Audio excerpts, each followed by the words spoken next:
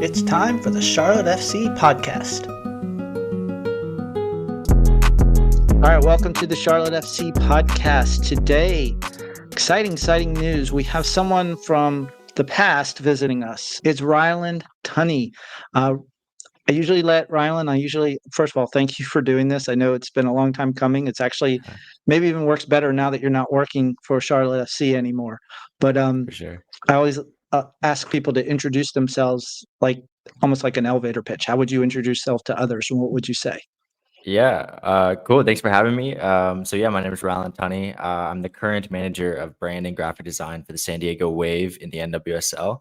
I was at Charlotte FC for 2.5 years. I'm a designer, creative, an enjoyer of cool stuff. But yeah, that's pretty much the runabout about who I am and what I do. Ryland, do you have some walk-up music? Like something that's like, yep, Ryland's coming in the room. Oh man, I'm a huge Fred Again fan, a huge house music guy. So I think one of his songs would probably intro me. What that is, I'm not. They're escaping me at the moment, but maybe 10's a great song. So definitely something of his to get the crowd going. All right, cool. All right, so in your two most recent jobs, of course, now with the San Diego Wave and previously with Charlotte FC, let's start maybe back with Charlotte FC. How did you get that job? Like, what was the process for you?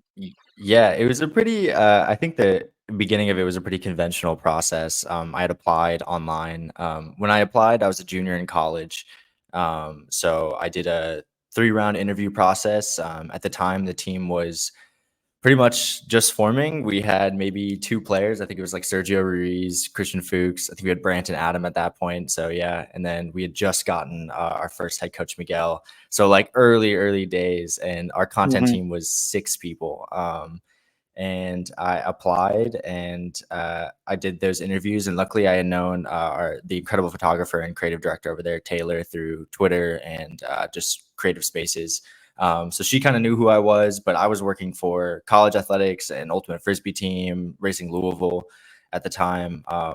And after my 3rd round, and I got the job, I made the decision to leave school. I left DePaul University in Chicago to come join Charlotte FC and what they were building. It was too good of an opportunity to pass up, and I was super excited to just jump into MLS and get cooking on some cool stuff for them.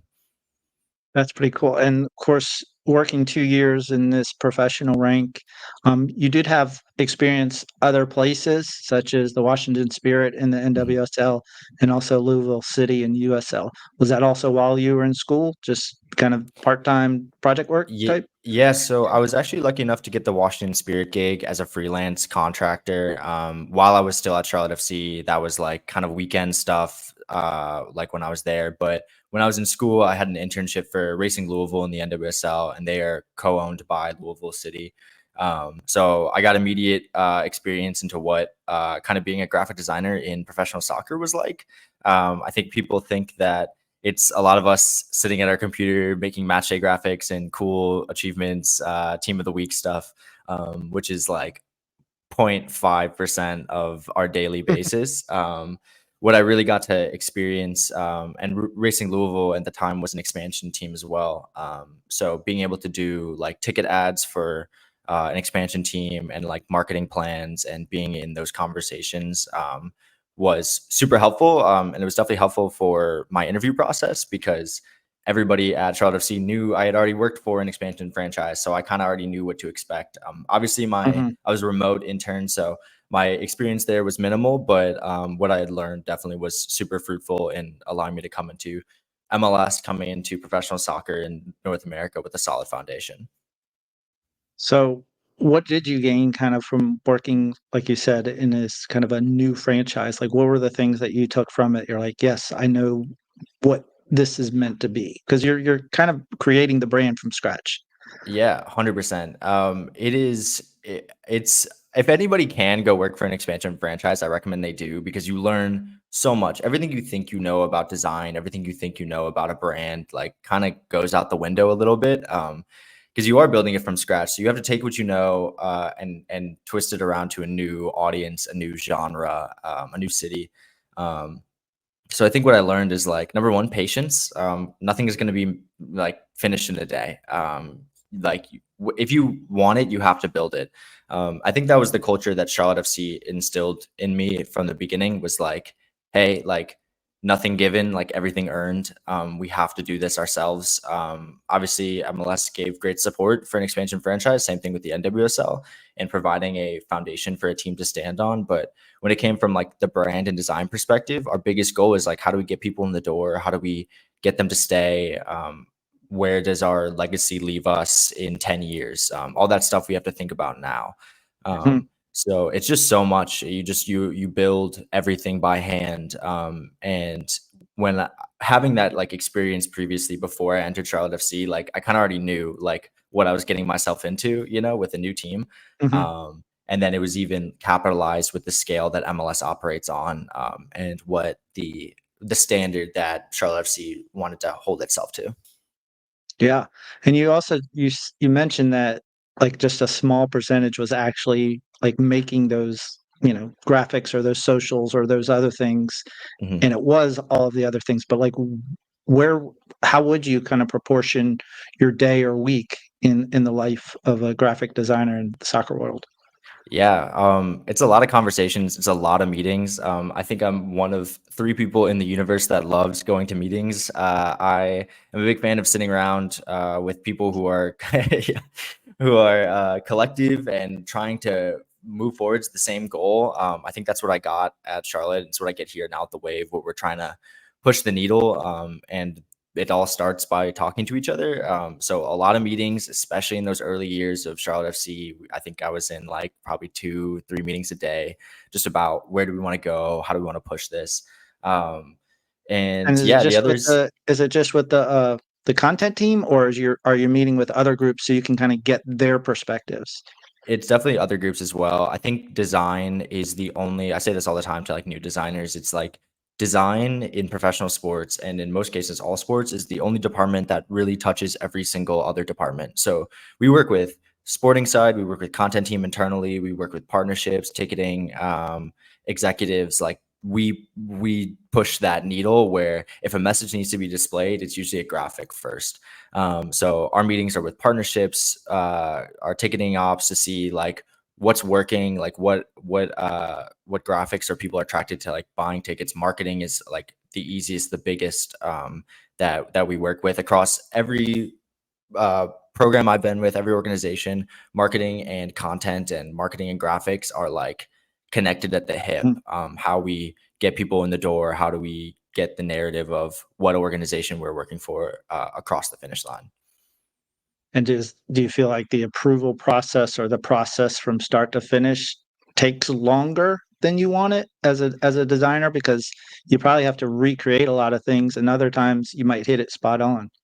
Yeah, it's definitely. I mean, you want to make sure that everybody's voice is heard and their narratives are upheld. Obviously, I think I get more nervous when my design is approved the first time around, because then I'm like, oh, what did I miss? Like what, like is something like it's all on me at that point if everybody else likes it. But being able to like send stuff through and then like talk about it, obviously, you want as few notes as possible. You want to like hit the big points first. And when it kind of gets through like the grind where you're like nitpicking stuff, it obviously can get a little bit like, all right, where does this end? But at the other end of the spectrum, like wanting like the most feedback to say like, you hope everybody's firing at all cylinders, where the message you have to get across. And if I didn't hit the message on the first go around, what can bring me to that finish line, whether it's a call to action button or it's another image placement, like whatever that might be. Like, let's talk about it, let's figure it out. So it definitely varies between departments. Obviously, I think most people know partnerships like deals with outside organizations. Those organizations don't know what our brand looks like to us. They know how their Mhm. brand is affected by our brand, and what that partnership looks like to them is a completely different operation than what we think it is most of the time. Right. You hope that you can find a middle ground. So obviously those graphics, those conversations take a little bit longer, because you have to go through another approval process of, do they like it? Does this like Right. give their brand Does enough this fit their space? vibe? Yeah. Exactly. So those conversations are Even simple always things the like longest. logos, right? You might look at Yeah, something like our logo's not big enough or our logo's too big, something like exactly. that. Yeah, I don't think I've ever heard a partner say that their logo is too big. They would love it as big as possible. But yeah, no, it's those processes that usually take the longest.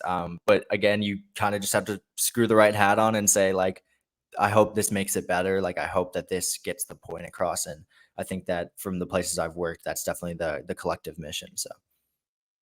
Do you have in all of your designs and work, because it's not just graphics, I'm sure there's topography and things like Mm. that. What do you put like Easter eggs or anything in there? Is there like signature Ryland stuff that we should be looking out for no matter where we're looking? Oh man, I don't think so. I have thought about it. I think all of my friends have been like, you got to add like your initials into graphics and stuff like that. I'm like, I don't know about that. Fun story. I heard of a designer a couple years ago who left his organization, and he went on Twitter to say that in each graphic he ever made for this organization, he put a can of Bush's baked beans somewhere in the graphic. And if you go Oh, back sweet. and you look at all of his work, you can like zoom around and there will be like a small can of Bush's baked beans. I'm saying I should have done something. That would have been hilarious. Just like Right, a little right, minty right, or something, or a little right. picture of my face. But no, there's nothing. I'm so when I'm like working, I'm so like, what is this? How does this affect the brand? I'm like Ryland as a person is like totally out of it. So did you create Minty? I did not create Minty. Minty was Okay. I think if I had created Minty, I would have retired. That would have been pinnacle of design, pinnacle of anything I could have done.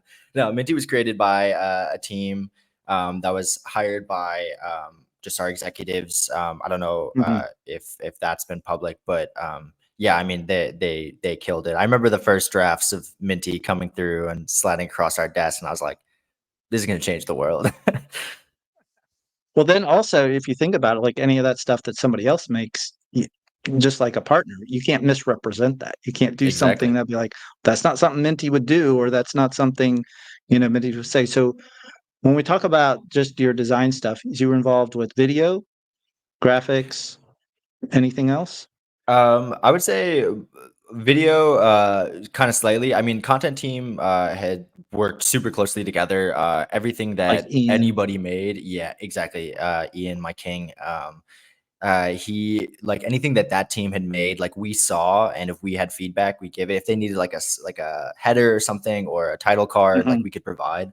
But I think like the other biggest department that we work with, like in content team, is photography, and that goes from every place I've worked, every place like Wave to now, like it is mhm. photo, and you can't do graphics without photo. Like if you make Right. a cool graphic, it's probably because there was a cool photo attached to it. So that, and like obviously Taylor had been a graphic designer for so long, Mhm. and her being my boss and our team's boss, was super helpful because it like kind of hit the nail on the head that these two things have to go together. So when she was shooting photos, she was shooting photos to how they look in graphics and how they would 'Cause stand she's on their thinking own. already ahead of time what this is gonna Exactly. do.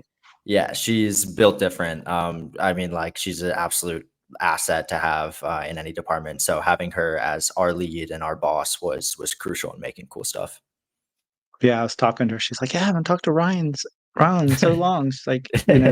So tell me about like the move because, Yeah, sure you had a good thing going on. of course. Why go off besides the lovely weather in San Diego? Why go Yeah. out there? Why get into NWSL there? Um, Great question. So I think some background on me is so my family, my dad grew up in San Diego, so my sister went to Mm, school out here. So I'd always been connected to the place, and I always kind of envisioned myself living here. Uh, I think it's like no surprise to anybody that I'm like a Charlotte FC guy through and through in a lot of areas. It's the club that brought me out like of college. It's was my first like major job. That was like leaving there was so hard. Like my best friends being there, it was just like it was always going to be a really tough move. mhm, But I had known my current boss at the Wave for a while, and he shot me a message one day, and he was like, "Hey, we're looking to add this position. Is this something you'd be interested in?" And I was like, "Yes." And at the time, it wasn't the time for me to leave. but the conversation came back around, and I was like, I think like now we accomplished so much at Charlotte in that second year, making playoffs. Like for me on a personal level, I feel like I had accomplished a lot of the goals I wanted to. I was able to build an incredible team. Like I said, like when I started, it was 6 people on content team, and now it's like 18. And knowing that I could comfortably leave with that in their hands and like be confident in the next man up to like take on the reins of what the Charlotte FC is going to evolve into. I think that was like really important for me. But I always kind of said like the only team that could kind of take me out of Charlotte was San Diego Wave. Right. They were my favorite NWSL team. I love the badge. I love the colors. And I watched every single game for the first 2 years. I was like, I would start like starting in professional soccer, really in the NWSL. I'm only in soccer because I had started watching the U.S. Women's National Team. Like I didn't watch MLS or Premier League, any of that, La Liga. I only watched like women's soccer, and I knew the Like NWSL. national team. Yeah, and so I was They're like, oh, just the national dominant. team's cool. I know. So Yeah. like growing up, I'm like, this is the best there is, and I still believe that. Like I believe they're the best team in the world, in my opinion, and I think that like their future is so bright. And being able to be a part of a league again that could provide something to the world of soccer, and I feel like the NWSL is at the forefront of like changing the game. Knowing what I had learned in Charlotte, and I had gained so much experience there, I like could only dream of bringing it to the NWSL one day and saying like we can do something. And I've grown so much, and I wanted to be able to come back and like bring something to the league that I was proud of, and elevate the standard and change the game respectively. So when the opportunity came again, I knew it was a no-brainer. Sweet. Well, let's look at some of your work. Yeah, If you let's don't do mind it. sharing, bringing up what you want, we'll talk about some of those pieces. Yeah, you bet. I will pull up my under construction website. Oh, nice. It's always fun to keep on changing your website around. Exactly. Hey, can you see this okay? Yeah, we're good. All right, sweet. So, well, luckily, I think my top three. I've obviously we'll talk top five, but top three right here to begin with. These three graphics kind of hit two major points in my life. So we'll start with the clinched one. This was That's like this was ethereal to make. Having been a part of the team since before we even had a completed roster, since before a kit was released, building it, and then like getting to know all of these guys that you see here, and like how much work was put into getting to this moment. This to us, to an organization, was pinnacle. Obviously, everybody dreams of winning MLS Cup. When you're an MLS team, like you want to get to that extent, but like as an expansion team, 2 years in to make playoffs and to get it with this squad and know how much work, especially after obviously the tragedy that the team suffered earlier in the year, being able to jump on this project was something I will hold forever. And when we finally crossed the finish line and beat Miami at home and was able to throw this graphic up on the big screen, like I think I cried like 6 times. It was just wow. something so special. And I'm super happy to be a part of it, and getting all the guys in there was of course amazing. So it's just kind of like going in through all those pictures and saying like which ones, which angles, which work best. How do Yeah, you cut them out? Like how do you?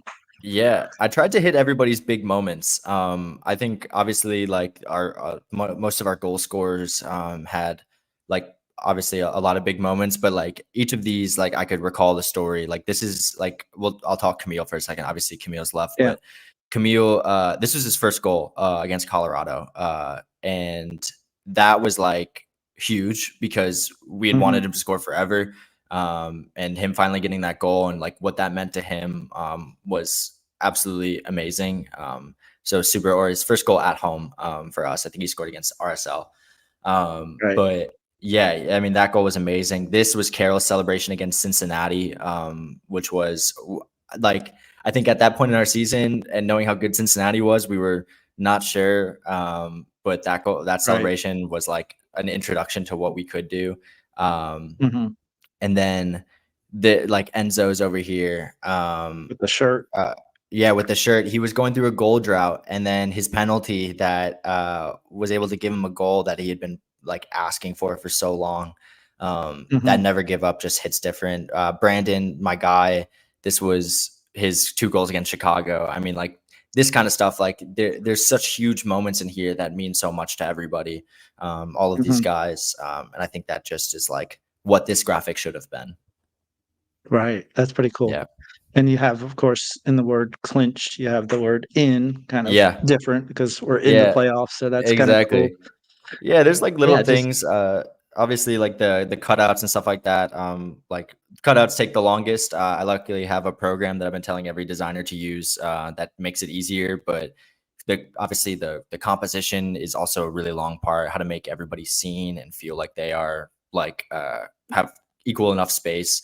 Got to get the stadium in there, fireworks, celebration, flags in the background, stadium. right.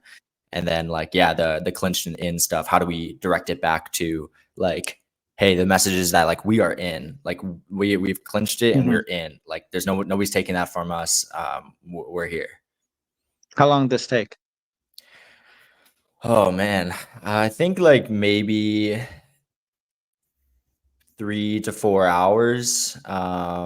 Just like if you combined it, obviously like there's so much stuff that goes on Right. while you make stuff. But like I think if you condensed it, like yeah, 3.5 to 4 hours between cutouts, color grading, placement. I think when I start a graphic, I have like for the most part, I have like a vision of like what it's going to look like in my head before I make it. So I already kind of like knew what I wanted. The clinched, I think that was we had like a process that we went through with our other designer Tessa at the time, where we like decided on like the word mark and like what that was going to look like, and Right. then like how Was it the because text first and then around it? Like, what am I going to design around the word clinched, or was it the opposite? Let me get I think it everybody in was there and then. yeah, I think it was the opposite because like the thing I wanted to most showcase was like our guys, like how much they've put into this, how much passion they have towards this, and then like the clinch part, like if all else fails, our social media copy will do that messaging. You hope that you can get it in so that it can last longer, and the graphic like has longer a longer lifespan when it comes to the narrative. But yeah, I think for this one, I was like, my main focus is like get every guy in, make sure nobody's missing. That would suck. And then just like get Right. the main passion across. That's cool. Yeah. All right. What else we got? Next one. All right. This one was a fun one. This doesn't have Gotta any love like movie real, posters. I gotta love love movie movie posters. posters. These are Yeah. so much fun to make. This one took, I think this is the longest graphic I've ever made. I think if you combined all the amount of time it took, I think it would come down to like 8 hours. When it came to like So you, making sure that Brandon was like represented well and that like his complexion was correct. That like, I think that this is pretty like to the T of what the actual poster from Across the Spider-Verse looks like. So yeah, I think I Brandon's a spent good like choice. yeah, good movie, super good movie. Yeah. Yeah. I remember our social media coordinator at the time came to us and they're like, it's movie poster day. We want to do something. And usually like when you do those trends, you want to pick the most popular movie at the time and to get the most engagement. And at the time it was Across the Spider-Verse and everybody was harping about it, and I love the movie and I love that series. So I was super excited to do this. I think I bit off a little bit more than I could chew when I first started, and I was like, oh man, I was like, how am I gonna do this? But like when you pedal to the metal and like you kind of don't see any other way but out or out and Right. in, like I think that's like you get some of the best stuff. So you got like the skyline of Charlotte in there. Nice little Yeah, touch. And then, of course, you added all the players in again. They're yeah, a little more 2D, but I guess that's to help the other stuff stand out. Because if they were three exactly. dimensional, it'd be kind of hard. Yeah. And was this after Brandon had his game? So it was almost like appropriate that like he was highlighted. Yeah, exactly. It like I think so I think we played Chicago in May and then this game versus Seattle was on in June. I think he scored Yeah. in Seattle again. Maybe I could be He wrong, only had but actually he only had the 2 goals he only had the in 2 goals. Chicago. Okay. He definitely I think he started against the Sounders. And I remember him and Nuhu were like getting after it. But yeah, this was like like Brandon was hot at the moment and like I like personally, we all think the guy's just a phenom. Like he's such a top guy as a person Yeah. and as a player. Yes. So like being able to like do this for something that he also was stoked about was super cool. And Right. so, yeah, it kind of just hit all the right marks from a social perspective. People loved Brandon. People loved the movie, and it just kind of felt like it fell into my lap a little bit. Did you have to do any reposes or repicturing of anything, or is this all from existing stuff? I think that there's some obviously the guys in the background are like their headshots. You do Yeah. have to kind of manipulate this a bit so that like for the most part everybody is seen. I feel like there's a few jersey swaps in here somewhere Hmm. where you just want to get people's like proportions correct. Right. But yeah, pretty much everything is like as it was. I think if you scroll, I forgot I could zoom in, like all of these little details down here. Like Yeah. this says Charlotte FC animation. Finding the font Just that created Sony whatever, used, right? yeah, was tough. So, like, I honestly, surprisingly, like besides this, the background character is pretty manageable to get through. Like we had those photos Yeah. already. Um, Obviously Brandon as a animated character, super challenging. But with that, candidly, with the help of some AI, I think one of the only times I've used AI in a graphic Yeah. The was able to shadows are get, great on that. yeah, the coloring. I added a lot of the lighting and like the Brandon has like a scar up here and added like all of this, like most of this stuff was like added in by me. Um, Nice. and then one of the most challenging parts was the background of this graphic. I couldn't tell what the background was on the actual poster, and so like this like took the longest to just like figure out what was happening back there, and like Yeah. I don't even know if It's it's like still correct, splattered but and cloudy yeah. and Exactly. It's like a but you're paintbrush, like, combination of, like, real that's just, like, characteristic of the art that Spider-Verse does, where it's so complex and so unique mhm. that, like, to me as Yeah. a just, like, a digital artist, I was like, "I don't know if I'm gonna nail this," but, I think it looks pretty close. It's pretty cool. Yeah, that's Yeah. nice. All Sweet. right, let's see what else you got there. Moving on. Cool. So this graphic, this one I think just genuinely makes me super emotional. Just like, Yeah. rarely are you as connected to like your work or a piece. After the first season, obviously it didn't end the way we'd like it to, but that Right. first inaugural season was like so important for me as a person and for the city and for our club. And we had laid so much groundwork for what this place can be and what it's going to do in the next 10, 15, 20 years. Obviously Charlotte's fan base is unmatched. The support, what the club has given to people, what they have given to the club is so detrimental. And I just think that like this graphic showcasing the tweets of people thanking the club for their inaugural season, like it just Right. hits With the 2 super close to states home. Yeah. And like combined. Yeah. knowing that like, and obviously it's echoed by this tweet from Ashley. Where it's like Mahoney, yeah. soccer's always been a part of the fabric of Charlotte. And I think that just Right. like that's kind of the idea that we embodied from the beginning of the club was we are just bringing like a new platform to which this like global game is able to be represented. But like soccer is in Charlotte. Soccer has always been here. It's produced incredible talent. It has an incredible community behind it before we even got there. And Mhm. being a part of that story, I think, is so profound. So this graphic always just meant a lot to me. And from a technical perspective, it was also one of the most challenging. I think it looks sick. The stitch work, it was like super hard to do, but I'm glad that it like did what it needed to do. So like the So way that's what did you yeah. use for this program? Is this the same one you've used in others or Yeah, different? so this is still Photoshop. I'm Mhm. Photoshop till I die. But the little stitch marks here are actually brush strokes. So you have like a brush tool in Photoshop that allows you to like draw and paint, but you can also like delay its timing where it stamps instead of like a smooth.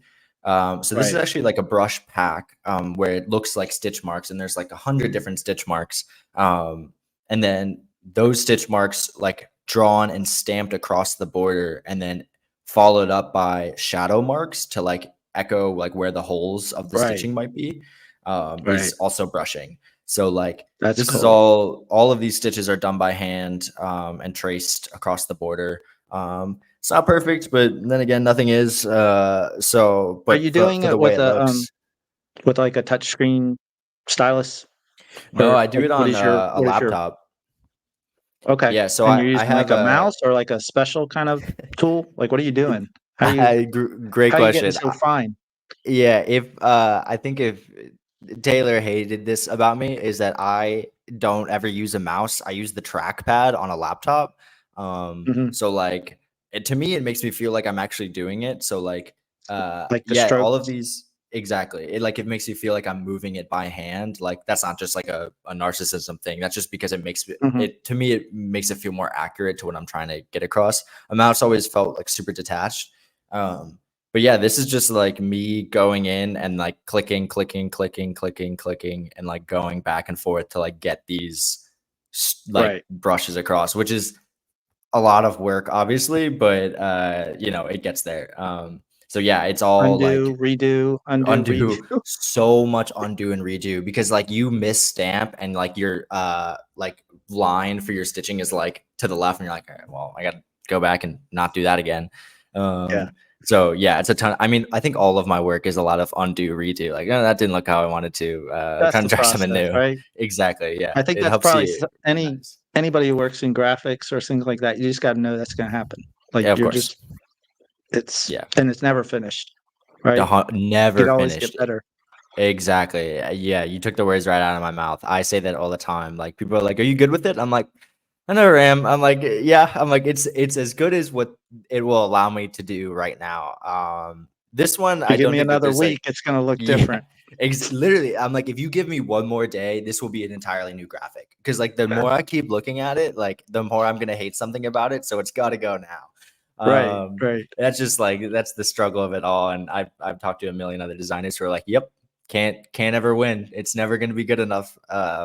But I think like for this graphic, for example, like I think this is like one of the few times where I was like, I don't know what else I would do to it. I think it just I Mhm. think it gets the message across, and I think that like it's simple, it's not in your face, and for those that it means something to, I think it does what it needs to.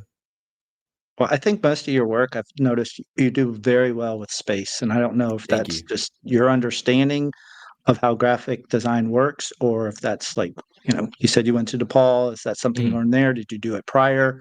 Um, how do you think you found your eye for this? Yeah. I think that's just like I think it's just something I've had. I've never been an eclectic designer. I've never really liked like super in your face graphics that have a lot of elements or assets, like combing the screen. I think for me, the biggest thing is like, how do we make the message stand out and how do we get our point across? And a lot of that just comes from like putting it in people's faces. When Mm, sometimes when you have to like really dig for the message in a graphic or like when you add too much the message gets lost, and I don't think that's always ever how I've been. And like obviously when I started at Charlotte, I think that was a big part of like what we wanted to do, where like we're not trying to trick anybody on what we think we are. Here's who we are, like here's what we do. Our mhm. graphics are like, here's how we could have, like here's what we like are as a company, and like this is who these players are. I think that's just always how I've been, and then joining a company that felt the same was all the more empowering.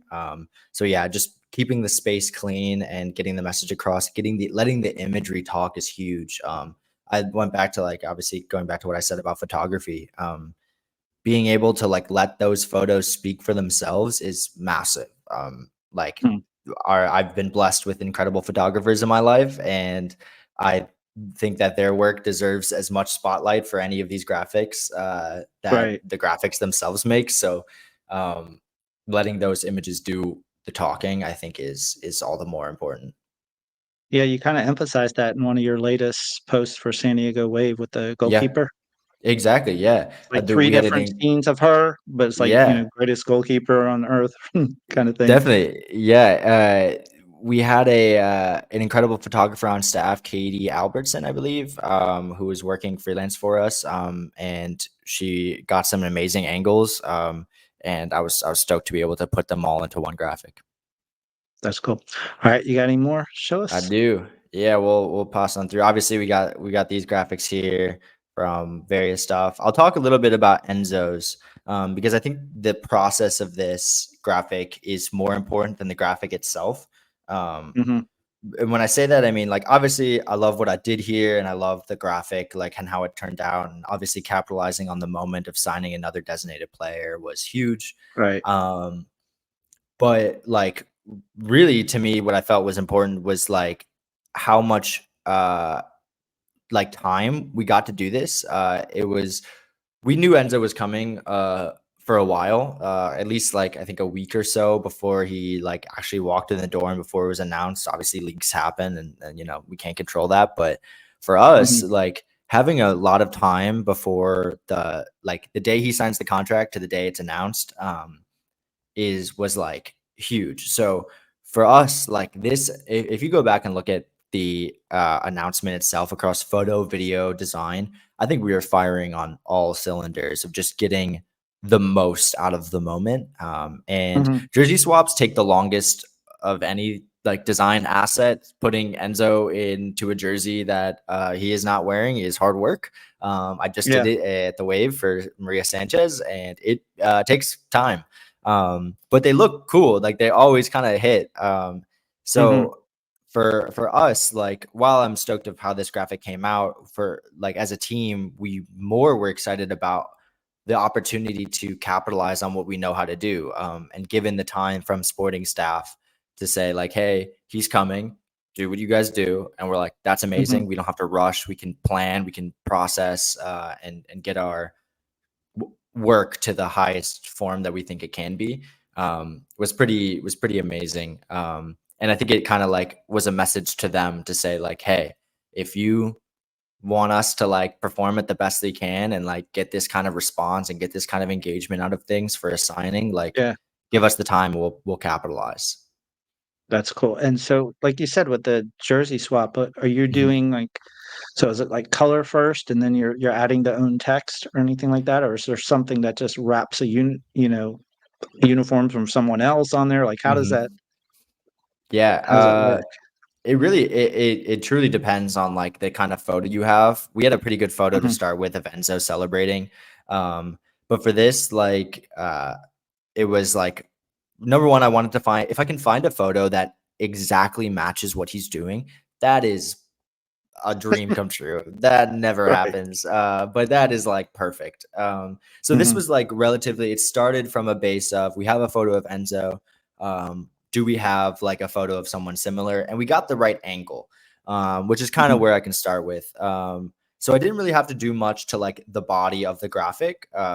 I wish I Yeah. probably would have added more wrinkles and whatnot. The sleeves, however, are always tricky where somebody's arms are connected to their shoulders and how their arm Hmm. rotates. Like to humans, like you can really tell when something doesn't fit right. Like I think even for this, as I look at it now, like I don't think his shirt would cut off here. I think he would be like definitely a little bit lower. I think like it wouldn't be up as high, but he is kind of like leaning to the side a bit. But for the sleeves and those shadows and like how it attaches itself to the body and moves with the movement of the arms is like you can really mess that up. So these are like disconnected. Like the sleeves itself are like detached and cut on like separately. You got to make sure the sponsors get in there. That always makes them Right. happy. Yeah. Obviously, I think the head is detached from his actual body so that his collar fits nicely around his neck. Um, the background is like, luckily, I mean, Charlotte FC supporter section, best in the biz in Major League Soccer. Right. Getting a photo of them celebrating is easy work. So they always go hard. Goal in the background. And then I think this was an Italian flag that I switched to an Argentinian flag. But yeah. Nice. That's pretty cool. Sweet. All right. Awesome. We'll head to the final one, which Okay. is in early days. But we've got all these fun graphics. But this graphic means a lot to That me. was, This was like, yeah. this was so when we beat Red Bulls at home, off of, I think it was Jordi Alcivar's Olympico. This was like, maybe was that game? I don't know. No, that was the Atlanta game, but it Oh, was yes. a game that it was actually as interesting as I think it was the game that Dean Smith actually ended up coming to one time Yeah. Yeah, it was watching. that But one, anyway, and then, yeah. yeah, it was Latanzio's first game in charge, and Ben Bender scored. I remember that. Right. Yep. That's Um, it. so yeah, this one, this was cool. This was like, we are like, we kind of just were like, this is who we are, as a club. We want to kind of talk the talk, and we'll walk the walk as well. But Mhm. yeah, this is like a real Red Bull can. My old boss Eric used to always joke that he remembers seeing me scooter down Mint Street to go to the Rhino Market in Delhi to pick up a Red Bull can, and I chugged it in the press box, and then I crushed it like with my hands to like form it into a shape that like you could still tell what it was and also looked Yeah. not gross.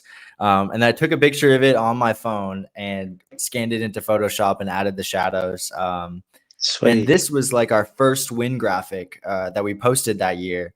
And I think it just would like set the standard for like, hey, like don't lose to us Right. because we're gonna make fun of you, but we're gonna beat you. And I think that was just kind of like a fun. I think there's other ones in here like this one against the Yeah. Fire, Yeah. Nashville, Very like clever. Yeah. yeah, and that comes from us sitting around and talking about it. The Red Bull one was kind of ideated pretty early on in the week. Um, the Chicago Fire one came from my boss asked me like, "What do we got to dunk on Chicago?" And I was like, I don't know. I was like, I'll think of something. I'm from Chicago, so it kind of made it Yeah. easier. Um, but yeah, like Nashville one, I had that from the jump. Like I was like, I know what I'm gonna do, and this is like a real guitar that I had to like.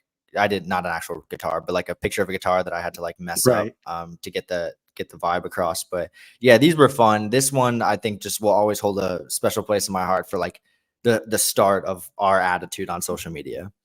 Nice. That's cool. And Do you that's have the anything that's the run through. recent? Yeah. Do you have anything recent that you've done with San Diego Wave that you're like, this was really Ooh, killer? I don't think I have anything on hand. Okay. But I think you mentioned the I'll Kalen repost it, graphic. whatever you Yeah, do. Yeah. thanks. Appreciate it. Yeah, the Kalen graphic obviously was awesome. The Maria Sanchez signing was huge. I haven't added it into my portfolio, and that's why. But still under. I think if we go here to where I was adding my Washington Spirit stuff, it says, "Oh, that's under construction." There So it is. things are coming. Under. We're That's we're, we're okay. gonna add it Takes all. time. But yeah, I mean, everything that I've been able to make here has been so fulfilling from a creative perspective. Working with the color palette that San Diego has been awesome. So yeah, check out any of that stuff. Follow them on socials. But yeah, That's cool. All right. I got some other questions if you got some great. time. Yeah, dude. All right. Okay. So, what's the hardest part about your current job? The hardest part about my current job is probably the I think the conversation is stemmed from like San Diego's an expansion team to its own right. They started at the same time as Mhm. Charlotte FC. The hardest part is making sure that our brand is well represented in every space. It's being able to, uh, obviously, like you can say that like creative block is a thing, and I definitely have that. I've had it in the last couple of weeks, like it comes, but Mhm. I think I take what I do in a lot of senses where like everything I make is going to have a lasting impact on how the club is represented. And especially in the NWSL, which gets far less representation than MLS. It's got an incredible fan base already. We've got an incredible fan base in San Diego, but you really want to make your brand recognizable to the world around it. And I Mhm. think like honing in on that idea as a club, and for me what I do, like making sure our brand is the best it can be is like top priority. So everything that I have, everything I make, everything I like converse about has to be to the standard that we want to set as a club. And for me, I feel like I've had a lot of experience in what makes really good brands work. Charlotte FC is a really strong brand. I've been Mhm. around really strong brands. How do we get those? How do we get the same attitude that those clubs have? Like, how do we be the Real Madrid of the Right. NWSL? How do we be the Real Madrid of North American soccer? How do we just end up getting to where Real Madrid is at? Where Right. someone sees the logo in 10 years and goes, I know exactly who that is. You know, that's San Diego Right. Wave. Alex Morgan played there. You know, Naomi Gurmer played there. Like, that's where we want to be. Right. So having that always in the back of my mind shapes what I do. And do you have like certain things you're like, I can't make this too outlandish because then that'll be too much. But then also, if I do it just kind of plain, everybody's like, well, anybody could do that graphic type thing. 100%. That's everything, right? Like like it's just a constant like back and forth of what is the actual right narrative for this piece? What is the idea? That's why people make season looks, to kind of follow the style of how the brand wants to be represented. That's Right. crucial at the beginning of a season, is getting your team together to like make a season look that like is representative of where the brand is, where it wants to be. But also as a creative perspective, allow you a little bit of wiggle room to like move on out of Branch it. off. Yeah. Exactly. Those are like huge conversations that need to happen early on to get the energy you want out of your social media beforehand. Is there something that when you went to San Diego, you're like, I want to make sure, because I learned this from my previous places, like I want to make sure I speak up or talk about this because I think this is important. This would work. Is there something? Yeah, I think the biggest thing that like I say is the conversation I always bring up is like, how do we make our logo in like in spaces where it's not necessarily our logo? How do we get people to recognize what the brand is before they see our logo in the first place? Mhm. That was something that we talked a lot about at Charlotte FC, because we didn't like how the crest obviously is great. We didn't really enjoy how forward facing it was. Like immediately, it's pretty 2D. It doesn't really give a whole lot when you just like add it to a Mhm. corner of something.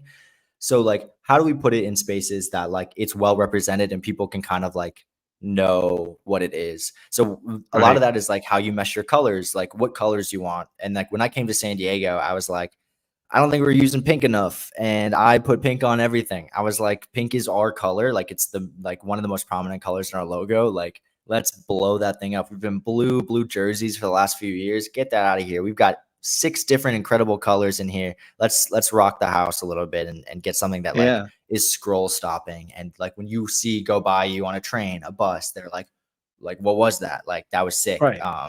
That's Yeah. like kind And of it's that's more of the that kind of mindset I've had. magenta pink. It's like a Yeah. darker pink in some E ways too. Yeah. exactly, yeah, so it, like, it doesn't like, it doesn't, feel super bright, but it just kinda fits the whole. It doesn't like when you're I was like, you ever, like, roll over and look at your phone while you're asleep and, like, you're like, "Oh, like, that's super bright." Right. Like, it doesn't Right. the pink isn't, like, right there yet. I think if you hit it at 3 o'clock in the morning, you'd be a little bit blinded, but, like, the Uh-huh. goal is that it, like, just feels natural when you're coming across it, and then but at the same time makes you wanna stop scrolling and look at what it has to say. Well, what you talked about, using Photoshop. Is there any other Mhm. applications that you like to use for your Yeah, work? I'm an Illustrator fanatic. Obviously, whenever you work in print or like put something anything that's like made on a bus or like something, I think Figma is the thing now. I don't know anything about that. But Illustrator Mhm. is like huge. It's how you're able to like get vector images and process them at a high rate. So I'm in Illustrator daily to get like print ads, posters, all that Mhm. stuff across the table. It's like the second. Uh, I think I could probably use Photoshop with my eyes closed, and I think Illustrator I might have to peek a bit. But I mean, it's an incredible program that like if you know how to do well, like the floodgates open as to what you're able Mhm. to accomplish. That's cool. Yeah. So you said you grew up in Chicago. You went to Hmm. DePaul. My I daughter did. was going to go to DePaul. She ended up going to a different school, but she No was looking worries. at the very programs that you were looking at. She wasn't in Oh graphic yeah. design, Oh but no way. she was in film and TV. Oh But nice. That was my major. yeah, I mean, that's what she looked at. She did the whole tour there. She had Yeah. scholarships. But anyway, so That's awesome. you left there, but what Mhm. was it like before you even got to DePaul? Were you always the graphic person, or was there other things? I was not well before I got to DePaul. I didn't touch graphic design at all. I remember I tell this story a lot, but when I was a sophomore in high school, I was making a profile picture for my Twitter account, and I wanted it to match my gaming persona. This is a true story. I on like what I used on video games, and I remember I had gotten the free trial of Photoshop and I was working with it, and was I was just like, "This looks so bad." I was like, "This is not for me." And I remember I kinda in high school, I wanted to be the guy that, like, tried a little bit of everything and, like, just so I know if I was good at it or not. And I remember sitting there thinking to myself, like, "You know what? It's okay to not be good at graphic design. I don't have to do this." I was like, your thing is film and television. I was doing video for our sports teams. I was in film classes there. I was doing theater. And I was like, you know what? Film and television, that's your avenue, buddy. That's okay. You don't have to be in graphic design. Flash forward, I go to school and I'm like, I want to do film and television. I was at St. Louis University for 1 year and then transferred to DePaul to pursue film. But when I was Yeah. at St. Louis University, I was like, I want to work for our sports teams. So I started doing film and I was like doing that stuff for them. When I transferred, I did the same thing at DePaul. So I got a job at DePaul Athletics and I started working for all the sports teams, 15 sports teams. I was there for track and field. I was there for volleyball. I was there for softball. Mhm. And I knew I could do it from a video perspective. I was like, this is good. What I noticed was that like all of our other teams, like these UConns, these Xaviers, these Mhm. Villanovas, they were all killing us on social media. And I was like, well, we have video down. What are we missing? And it's because that they were doing like cool graphics and they were like making final score graphics that look good. They were doing wallpaper Wednesdays for their athletes. And I was like, I had the thought that I was like, if we want to be better than them on the court, we have to be better than them off the court. So like, Yeah. where does that start? So I just started doing graphics. I was the only graphic designer. Nobody else did graphics at DePaul, like in the athletics department. So like, I didn't work for every team, but I did mostly basketball. And Was that a paid gig? I was paid. Or Luckily, yeah, I was a yeah, okay. Yeah. student producer, which was amazing. I had an incredible group of coworkers that did video with me, and my boss was amazing. And yeah, I just started doing graphics, and I think everybody at first was like, "This guy doesn't know what he's doing," and they were correct. I had no idea what I was doing, but I was giving it a shot. And then it just eventually turned into me being like, I don't want to pick up a camera anymore. Like I'm addicted to this. Like it was finally Mhm. like the creative form that like I could definitely align with. Like I was able to produce a message that I just like knew how to do. And for me as a creative person, like it just kind of clicked. Yeah. Yeah, it sounds like did you have any mentors or anybody as you kind of came into this space? You're like, I want it, or you just watch and look at other people's art and other people's things and like, I want to do that. Yeah, I think it was the latter. I didn't have anybody that like really was like, here's how you do this, here's what can make this better. Like I was just by Mhm. myself, praying and dreaming. But I followed people on Twitter and Instagram that like made cool stuff, and I was like, I want to be like them. I want to do what they Mhm. do. And the way I learned the program was because like I would go and I'd see a graphic somebody liked on Pinterest or Twitter, and I would in my own time copy it exactly, like however I could Right. like figure it out. And that was just to learn the program. Like I didn't post that anywhere, I didn't tweet it, I didn't do anything with it. Right. But I was like, I want to figure out how to make a glow effect. I want to figure out how to like do these compositions that I thought looked cool, make 3D text. That was like where I started, like just being like, if I like it, I'm gonna do it, and we'll see where it goes. And I think it really helped develop my skills. It's what I tell young designers now. I'm like, dude, find a graphic you like, copy it exactly. Don't post it and claim it as your own, but copy it exactly, and like you'll learn leagues more Right. than Because you you got to would research studying. all this stuff. Like you said, the glow Exactly. effect. You're like, I have no clue. Let's go see who posted something that shows how to do that. Then I'm Literally. gonna try it. Exactly. Yeah. Like two. Yeah. Took the words out of my mouth. Like exactly That's helps. cool. All right. So obviously you've had some fails in your designs. How do you deal with that? I'm sure you've gotten stuff and be like, nope, sorry, this is not at all what we're looking for. Yeah. It's obviously it sucks. You want to get the mission across. You want to be the guy that like completes the job. But I think like strong professionals in any case know when to take a step back. Obviously when I was younger, like that kind of stuff really hurt, and I wanted to like figure out how to like, fit the square peg into the round hole, but Mhm. wasn't what sometimes it just doesn't work out. I've been again lucky enough that we built a great team at like places like Charlotte, and we're building one here at San Diego where I feel comfortable Mhm. enough to say like this one isn't mine. Like I don't have what it takes to do this. If it if I fail at something, I know that someone else can like take the job up and like complete the mission.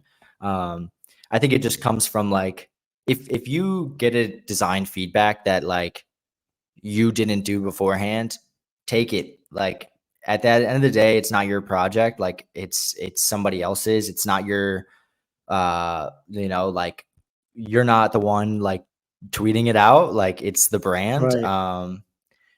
So that was like the narrative I had where it was like, we have to like take a step back and like push, let the job speak for itself. And however I can get that across the finish line, I'll try to. But if at the end of the day it can't be me, I hope it's somebody else. And I think that ability to like remove yourself from the situation is all the more powerful.